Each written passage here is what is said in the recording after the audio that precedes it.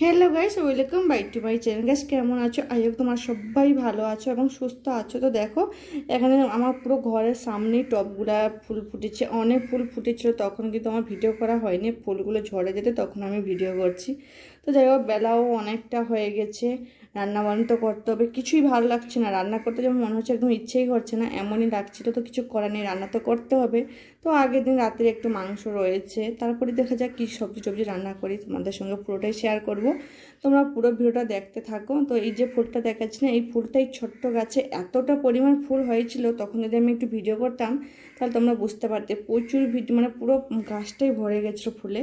তো দেখো, এই লাল রঙের, লাল, সাদা, পিঙ্ক কালার সব ধরনের ফুল আছে। পুরো ভিডিও দেখতে থাকো। এখানে যে খাসির মাংস রয়েছে।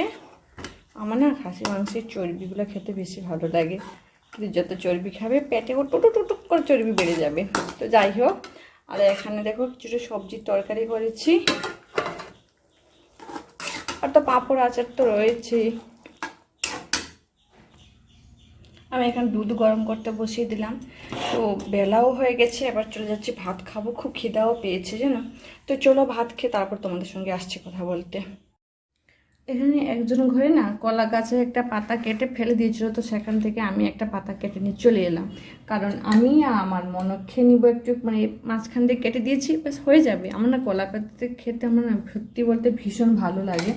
তো এই জন্য আমি কলা পাতাটাকে তুলে নিয়ে চলে এসেছি। আমার কলা পাতা খেতে সত্যি অনেক ভালো লাগে। তো এই জন্য আমি ভাতটা বেড়ে নিচ্ছি এখানে মনের জন্য। এই যে পুচকি পাতা দুটোই ছোটো ছোটো আছে, ছোটো না মোটামুটি খাওয়া যাবে, এই পাতাগুলোতে খাওয়া যাবে। গ্রামে না যখন মাংস ভাত হতো, তখন মাংস হলো মানে কলা পাতা কেটে আনা হবে, সবাই মিলে কলা পাতায় খেতাম, বেশ ভালো লাগতো। তো যাই হোক, এখানে মাংস বলো যাই বলো না কেন, পেঁয়াজ না হলে ভাত খাওয়া কোনো জমে ওঠে না। আর একটু আচার নিয়ে নেব। এই তেলগুলো একদম বেরিয়ে পড়লো দেখ।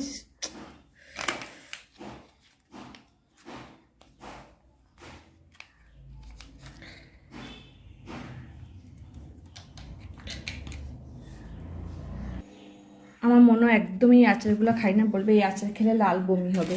তো আমি এখানে দু রকমের পাঁপড় ভেজে রেখেছি। আমার মনের কিন্তু এই পাঁপড়গুলো ভীষণ তার পছন্দ, তো সে এই পাঁপড়গুলো খায়। তার জন্য যখনই ভাজি না কেন 3 পিস 4 পিস করে ভাজি। আমার কোনো ব্যাপারই নয়, আমার যা হলে চলবে। তো এগুলো হাওয়া লেগে যাবে, আবার গিট মেরে রেখে দিই, নাহলে হাওয়া লেগেলে চুপসে যাবে পাঁপড়গুলা। আর মাংসের তরকারি তো রয়েছে, খাসি মাংসটা অল্পই রয়েছে, বেশি নেই। তো আমি আর আমার মনই খাবো, তার বাপি এলে খাবেন না। তো আর এখানে যে সবজি তরকারিটা করে রেখেছি, এখন একটু খাবো, আর রাত্রে খাওয়ার জন্য করে নিয়েছি একসঙ্গে। আর এই যে তরকারিটা আমার বরের ভীষণ পছন্দের তরকারি, মানে সব ধরনের সবজি থাকে, তো সেই জন্য আমার আমার বরের ভীষণ পছন্দের তরকারি এটা।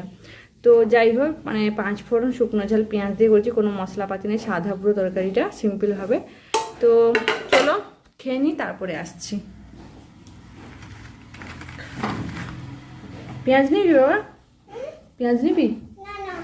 আমার মনে কাঁচা পেঁয়াজ খাই না। আমার বরেরও কাঁচা পেঁয়াজ নাহলে আর ভাত জমে ওঠে না। তো যাই হোক, বসে যা বসে যা, খেতে বসে যা, আমি ভাত মাখিয়ে দিচ্ছি, বসে যা। কি? দুটো দিয়েছি তো।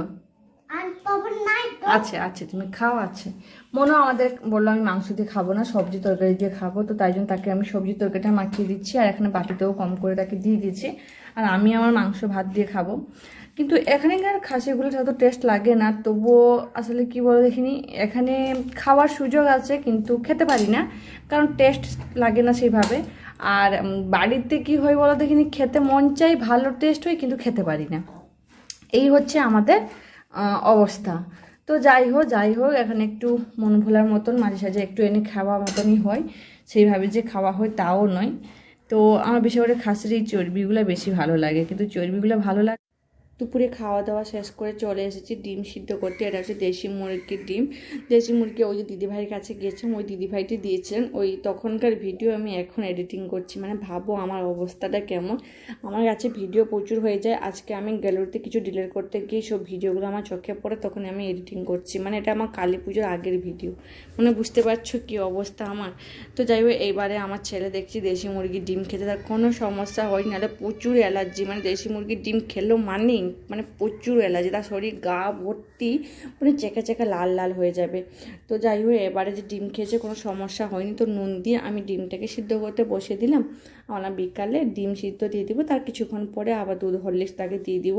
বুঝতে পারছি না আমার ছেলেটাকে এত খাওয়াচ্ছি, মানে দেশি মুরগির ডিম ধরো এখন আমি পেলাম দিদিভাই দিয়েছে, নাহলে এমনি তো ডিম ফল দুধ হরলিক্স সব কিছু খাই, তবু মোটা কেন হচ্ছে আমি বুঝতে পারছি না। মোটা তো আমি হয়ে যাচ্ছি। তো দেখো আমার বড়টা কত বড়টা কাতলা মাছ দিয়ে এসেছে। আর সত্যি কথা বলতে গেলে আমাদের কাছে মাছের একটা স্বপ্ন, এখানে মাছ না সেইভাবে একদম পাওয়া যায় না। মাংস তো আমাদের ঘরে বলতে গেলে প্রায় হচ্ছেই, মানে সপ্তাহে মনে হয় 4বার 5বার মাংস হয়ে যায়, মানে খাসি মাংস না, নর্মালি মুরগি মাংস কথা বলছি। কিন্তু মাছ আমাদের পাওয়াই যায় না, মাছ স্বপ্ন। আর আমার ছেলে ভীষণ মাছ খেতে ভালোবাসে, আমি ততটা মাছ খেতে ভালোবাসি না, কিন্তু মাছের মাথা দিয়ে বিভিন্ন ধরনের রান্না করতে ভালোবাসি। এই মাছের মাথা দেখে না আমি তো অনেক খুশি হয়েছি। আমার বর বলছে মাছটা দেখে আমি তোমার কথা মনে করে নিয়ে এসেছি, তুমি মাছের মাথা খেতে ভালোবাসো। আমি বলছি কেটে দাও, আমার বলছে না না কাটতে হবে না, গোটা মাছের মাথা তুমি রান্না করে খাও। আমি মাছের মাথা খেতে ভালোবাসি, মাছ খেলে মানে মাথাটাই খাবো, নাহলে আমি মাছ খাই না। আর সন্ধ্যার সময় যদি মানে কোনো সময় হলে একটু ভেঙে নিই, নাহলে আমি মাছে খাই না, আমার ছেলেকেই দিয়ে দিই, নাহলে আমার বরকে তুলে দিয়ে দিই।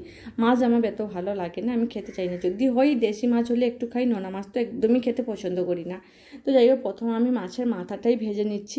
আমি ওকে বলছি মাছের মাথা দিয়ে আমার ইচ্ছে করছে মুড়ি ঘন্ট করতে, বাঁধাকপি দিয়ে চচ্চড়ি করতে, আমি কত কি বলে যাচ্ছিলাম জানো। যে আমি তো কোনো সময় দোকানেও যদি কোনো সময় গেছি, যদি চোখের সামনে মাছ পড়ে তখন আমি বলি শুধু মাথাগুলো, মাছের মাথাগুলো বিক্রি করবে নাকি জিজ্ঞাসা করে না। তো দেখো আমার ছেলে বলছে মামন আমাকে একটা মাছের পিস দাও না, দিয়ে আমি তাকে দিলাম। মাছ ভাজা শুরু থেকে ও মানে ও শুরু করে দিবে, মাছ ভাজা কখন হবে দিলে ও কখন খাবে। তো দেখো ওর সময়ের আম মাখা, ঘরের পাশে একজন দিদি, ওই দিদিভাইটা আমাকে আম দিয়ে গেলেন, যে আম খাওয়ার মানে মাখিয়েছিলেন, একজনের ঘরে দিয়েছিলেন ও দিদিকে, ও দিদি মাখিয়ে আমাকে একটু দিয়েছে। আমার ঘরের সামনে গাছে হয়েছিল 4খানা আম, আমি প্রত্যেকদিন দেখতাম। তো আজকে তাদের ঘরে পেরেছে আম পাড়ার পর পাশে দিদিকে একটা দিয়েছে। তো ওই দিদি কী করেছে আমটা মাখিয়ে দিয়েছে। এখানে কি করেছি জানো, গোটা কালো সর্ষে কারি পাতা দিয়ে ফোড়ন দিয়ে একটু গরম করে আমের মধ্যে ঢেলে দিয়েছে, তার মধ্যে লঙ্কা গুঁড়ো চিনি দিয়ে মাখিয়েছে, তো ভালো লাগছিল।